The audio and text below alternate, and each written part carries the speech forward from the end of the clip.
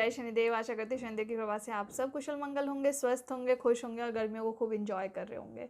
तो चलिए फिर बढ़ते हैं आज के टॉपिक की तरफ। आज का टॉपिक है एंगॉजमेंट ऑफ ब्रेस्ट। अब ये क्या होता है, क्यों होता है, इसके जो है सॉल्यूशंस क्या है इसको सही करने का, इन सब चीज़ों पे हम बात करेंगे। और ये बहुत ही ज़्यादा कॉमन है, जो भी ब्रेस्ट फीडिंग मॉम्स हैं उनको पता ही होगा कि ये चीज़ हो जाती है। तो इसका क्या सॉल्यूशन है, किस तरीके से इसको ठीक किया जा सकता है, ये सब चीज़ें हम डिस्कस करेंगे इस वीडियो में। तो बस अगर वीडियो पसंद आए तो लाइक कीजिएगा, मेरे चैनल को सब्सक्राइब कीजिएगा। ऐसे बहुत सारे इन्फॉर्मेटिव वीडियोस मैं लेके आऊँगी आप लोगों के लिए। और अगर कोई टॉपिक है जिस टॉपिक पे आप चाहते हो मैं वीडियो बनाऊँ या अपना एक्सपीरियंस शेयर करूँ, तो प्लीज़ मुझे कमेंट बॉक्स में कमेंट करके बताइएगा, मैं ज़रूर उस पर जो है वीडियो बनाऊँगी। चलिए फिर बढ़ते हैं आज के टॉपिक की तरफ। तो टॉपिक है एंगॉजमेंट ऑफ ब्रेस्ट। अब ये होता क्या है, देखिए जब आप फर्स्ट 3 मंथ्स में लेडीज़ की वुमेन की जो बॉडी होती है वो अभी यूज़ टू नहीं है कि उसको कितना मिल्क प्रोड्यूस करना है, कितना उसके बच्चे को कितना मिल्क चाहिए, कितना उसे किस टाइम पे कितना मिल्क प्रोड्यूस करना है, कितना उसका बच्चा बेबी जो है वो पी रहा है, कितने मिल्क को, मतलब ये सारी चीज़ें एडजस्ट नहीं हुई हैं अभी उसकी बॉडी में।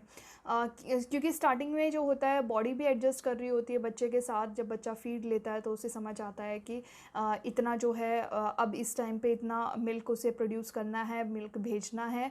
तो ये और बच्चा भी उस टाइम पे एडजस्ट हो रहा होता है कि कब कितना पी रहा है, वो कितना नहीं पी रहा है, इस टाइप से। मतलब दोनों ही एडजस्टिंग टाइम पे होते हैं। बच्चा भी एक नए एनवायरनमेंट में आया है, मदर ने भी फीड कराना अभी शुरू किया है, कभी मिल्क आ रहा है कभी नहीं आ रहा है, इन सब चीज़ों की वजह से ऊपर नीचे चलता रहता है। तो ये जो एडजस्टिंग पीरियड होता है, जब दोनों मॉम एंड जो बच्चा है वो दोनों ही जब एडजस्ट कर रहे हैं एक दूसरे के साथ, तो इस पीरियड में कई बार जो है बहुत ज़्यादा ओवरफ्लो हो जाता है मिल्क। मतलब बहुत ज़्यादा जो है बॉडी मिल्क बना लेती है लेकिन उतना बच्चा पी नहीं रहा है या उस टाइम पे बच्चा नहीं पी रहा है। तो उस वक्त क्या होता है कि मिल्क जो होता है वो जम जाता है आपके ब्रेस्ट में और एकदम ऐसा पत्थर जैसा कड़क हो जाता है वो एरिया। या तो एक पूरे ब्रेस्ट में एक एरिया एकदम पत्थर जैसा हो जाता है या पूरी ब्रेस्ट ही एकदम पत्थर जैसी हो जाती है, एकदम टाइट हो जाती है। जो एक ब्रेस्ट एकदम सॉफ्ट रहती है मिल्क जब आता है, वही ब्रेस्ट एकदम पत्थर जैसी बन जाती है। और कई बार लोगों को फ़ीवर भी हो जाता है, अगर सही टाइम पे इसको सही ना किया जाए तो इन्फेक्शन होने का भी डर रहता है। तो जब भी अगर आपको जब कभी भी ये वाली प्रॉब्लम हो तो इसको जल्दी से जल्दी ठीक करने की कोशिश करें। ऐसा नहीं कि इसको छोड़ दें बस ये अपने आप ठीक हो। पहली बात तो पेन इतना ज़्यादा होता है कि हम उस चीज़ को छोड़ नहीं पाते हैं। सबसे पहला स्टेप यही है कि अगर आपको जब भी आपको ऐसा फ़ील हो रहा है कि आपकी ब्रेस्ट जो है एकदम पत्थर जैसी टाइट हो गई है या आपको फ़ीवर आ रहा है, कपकपी सी चढ़ रही है, ऐसा कुछ भी हो रहा है, तो सबसे पहले आप अपने डॉक्टर से बात कीजिए। अपने डॉक्टर को ज़रूर आप कंसल्ट करना है, उससे बात करनी है। मैं अपना एक्सपीरियंस आपके साथ शेयर करती हूँ। जब एक दिन जब मैं ब्रेस्ट फीडिंग करा रही थी विहान को, आई थिंक सेकेंड मंथ की बात है ये। तो वही उस टाइम पे एडजस्टिंग पीरियड चल रहा था, मेरी बॉडी भी एडजस्ट कर रही थी विहान के साथ कि कब कितना दूध पीता है कितना नहीं पीता है। इसी दौरान एक दिन एकदम से मुझे फ़ील हुआ कि मेरी ब्रेस्ट का राइट साइड की ब्रेस्ट का एक पोर्शन जो है उसका एकदम पत्थर जैसा टाइट सा हो गया है, जैसे पत्थर रखा हुआ है उसके अंदर, और बहुत ज़्यादा पेन होने लग गया।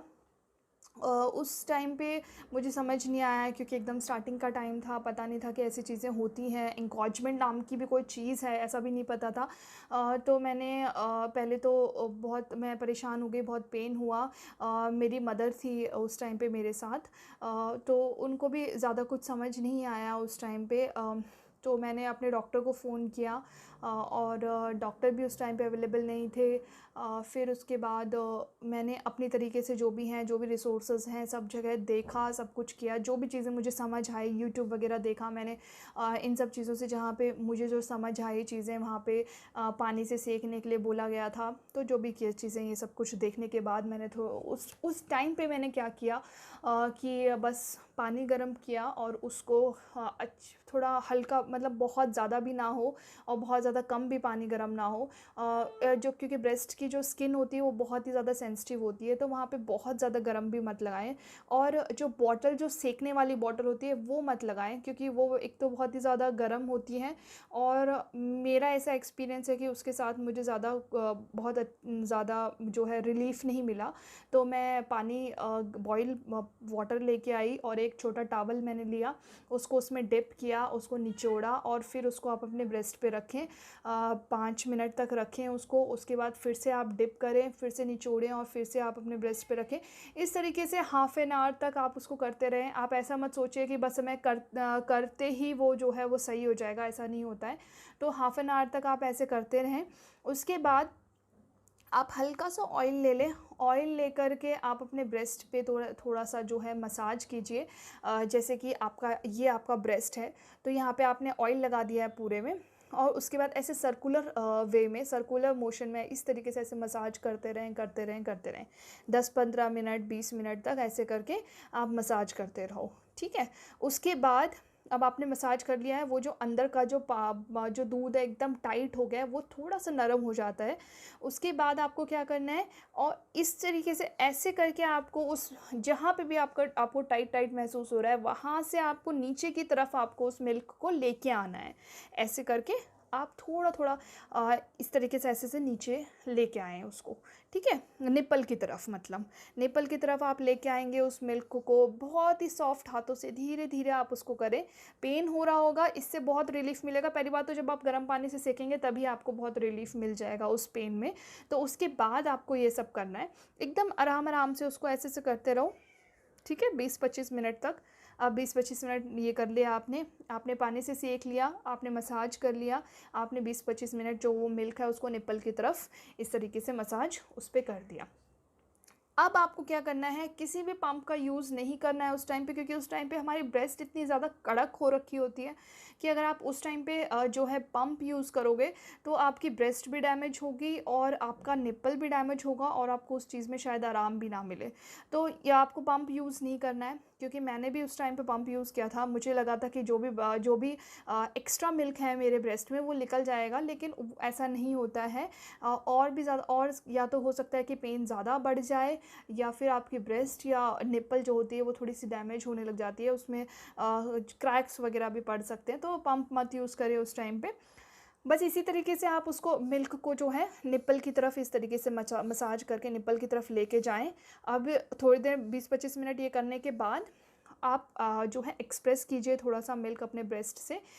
इस तरीके से अपना हाथ लीजिए, ये आपको ऐसे पकड़ना है और फिर ऐसे धीरे धीरे आप अपना जो है ब्रेस्ट से मिल्क को एक्सप्रेस कीजिए। थोड़ा सा मिल्क निकालिए, थोड़ी देर में आपको आराम मिलेगा। थोड़ा थोड़ा सा जैसे ही मिल्क आपका निकलेगा तभी आपको थोड़ा सा आराम मिलना शुरू हो जाएगा। थोड़ा सा एक्सप्रेस कीजिए, मिल्क को थोड़ा बाहर निकालिए। उसके बाद आपको कुछ नहीं करना है। अगर आपको फीवर है तो आप अपने डॉक्टर से बात कीजिए, जो भी वो मेडिसिन आपको रिकमेंड करते हैं वो मेडिसिन लीजिए और आप थोड़ी देर के लिए सो जाइए। और अगर जो है आपको फ़ीवर नहीं है तो बस ये सब कुछ करने के बाद आपको पेन में रिलीफ़ मिल जाएगा और आप सो जाइए थोड़ी देर के लिए। उस टाइम पे बच्चा जो होता है वो थोड़ा-सा परेशान हो रहा होता है, क्योंकि ब्रेस्ट इतनी ज़्यादा टाइट हो जाती है कि वो लैच प्रॉपर नहीं कर पाता है, ग्रिप नहीं बन पाता है उसका निप्पल पे। तो इसलिए वो दूध नहीं पी पाता है अच्छे से, तो भूखा रहने के कारण वो बहुत ज़्यादा रोता है। तो अगर आपके पास फ़ॉर्मूला मिल्क अगर आप देते हो बच्चे को, बिल्कुल एक्सक्लूसिव ब्रेस्ट मिल्क पे नहीं हो, तो आप फ़ॉर्मूला मिल्क थोड़ा सा दे दीजिए उस टाइम के लिए। बहुत ज़्यादा नहीं कि वो बाद में भी ना पिए, बस थोड़ा सा फ़ॉर्मूला मिल्क दे दीजिए उस टाइम पे, 30 ml जितना भी आप, बहुत ही बस बच्चा थोड़ा सा शांत हो जाए और फिर आप थोड़ी देर के लिए सो जाइए।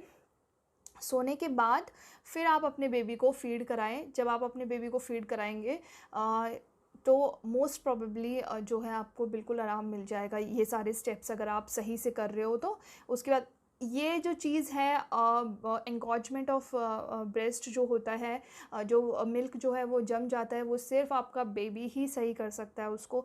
ना ब्रेस्ट पम्प से आपको कुछ रिलीफ़ मिलने वाला है। जब आपका बेबी उस मिल्क को पिएगा, सक करेगा, सक करके मिल्क को पिएगा, तभी आपको आराम मिलेगा। उसके अलावा कोई ऑप्शन नहीं है आपके पास कि किसी और तरीके से। हो सकता है कि अगर थोड़ा बहुत है, बहुत ज़्यादा नहीं है, तो आप गर्म टॉवल जब रख रहे हो तो पेन से रिलीफ़ मिल जाएगा, थोड़ा सा जो है वो नरम हो जाएगा जाएगा, नरम हो जाएगी आपकी ब्रेस्ट।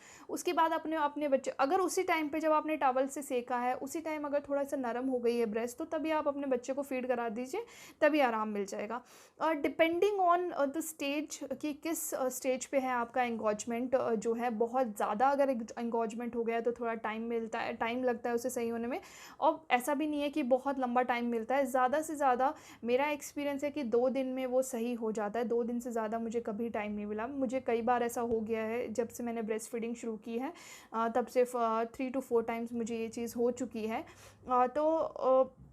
क्योंकि बॉडी अप एंड डाउन चलती रहती है, स्टार्टिंग में हमें एडजस्ट करने में टाइम लगता है, फिर उसके बाद जो है बच्चा आराम से पीने लग जाता है। 4th 5th 6th मंथ में जो है वो भी सेट हो जाता है, उसका शेड्यूल भी सेट हो जाता है, तो वो भी अपना प्रॉपर ले रहा होता है, हम उसे प्रॉपर फीड करा रहे होते हैं, तो कोई दिक्कत नहीं होती है उस टाइम पे एंगॉजमेंट की। लेकिन फिर 6th मंथ के बाद जब फिर से दोबारा से आप उसको सेमी सॉलिड देना शुरू करते हैं, तो हो सकता है कि जिस टाइम पे आपको उसे दूध पिलाना है वो नहीं पी रहा है, तो ओवरफ्लो हो रहा है, तो इस टाइप से उस टाइम पे फिर से हो सकता है कि एंगॉजमेंट हो। तो इस चीज़ का सॉल्यूशन सिर्फ आपके बेबी के पास है, आपके पास है, आपको सिर्फ उसको सेकना है। अगर आप अर्ली स्टेज में ही पहले तो ये चीज़ होने ही ना दें, कोशिश करें कि ये हो ही ना एंगॉजमेंट, क्योंकि इसमें पेन बहुत ज़्यादा होता है। तो जैसे ही स्टार्टिंग में अगर आपको लगे कि थोड़ा-सा मेरी ब्रेस्ट जो है टाइट हो रही है, या किसी शेड्यूल में बच्चे ने अपना जो है पिया नहीं है, उसका टाइम था लेकिन उसने नहीं पिया है, तो आप पहले से ही जो है ध्यान रखें अपने ब्रेस्ट का कि थोड़ा-सा भी अगर टाइट लग रहा है तो तभी आप अपना सेकना शुरू कर दें। कुछ नहीं करना है, बस आपको गर्म पानी लेना है, एक टॉवल लेना है, उससे आप थोड़ा-सा सेक लेंगे तो ये वाली चीज़ नहीं होगी। फिर जब भी वो फीड लेगा तो वो फीड आराम से ले पाएगा।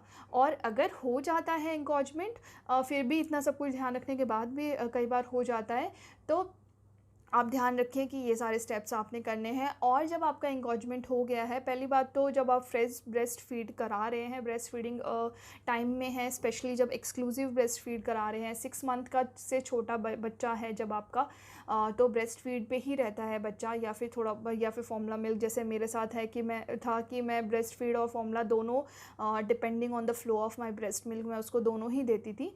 तो अभी जस्ट 5 टू 6 डेज़ पहले ही मेरे बेबी ने जो है, विहान ने 6 मंथ क्रॉस किया है, तो अभी मैं उसको सेमी सॉलिड देना मैंने उसको स्टार्ट कर दिया है। तो बस यही करना है कि ये सारी 3-4 स्टेप्स आपको लेने हैं। और उस टाइम पे आपको कोई ठंडा पानी, मतलब ठंडी चीज़ नहीं खानी है, स्पेशली फ्रीज़ की नहीं खानी है कोई भी चीज़। अगर आप बहुत ज़्यादा ठंडी चीज़ अगर आप उस टाइम पे खाते हो तो भी एंगॉजमेंट होने के चांसेस हो जाते हैं। तो जितना कोशिश कीजिए कि वैसे तो पूरे टाइम में ही जब आप ब्रेस्ट फीड करा रहे हैं बच्चे को 6 मंथ के लिए, तब तक आप थोड़ा-सा हल्का गरम या नॉर्मल चीज़ें ही खाओ, नॉर्मल टेम्परेचर की चीज़ें ही खाओ, एकदम से फ्रिज का पानी या बहुत ही ज़्यादा ठंडी चीज़ें ना खाओ, तो ही अच्छा रहेगा। और अगर आपको एंगॉजमेंट हो जाती है उसके बाद तो बिल्कुल ही नहीं खाना है। उसके बाद जितना हो सके आप गरम दूध पियो, गरम पानी लो, गरम सूप पियो, तो इन सब से थोड़ा जल्दी जो है रिलीफ़ मिलेगा। तो बस यही थी आज की वीडियो, एंगॉजमेंट ऑफ ब्रेस्ट पे थी। आई होप इससे आपको ज़रूर हेल्प मिलेगी। बस यही था आज का वीडियो, एंगॉजमेंट ऑफ ब्रेस्ट पे मैंने आज एक्सप्लेन किया है कि कैसे क्यों एंगॉजमेंट होता है, क्या इसका सॉल्यूशन है। आई होप इससे आपको ज़रूर हेल्प मिली होगी।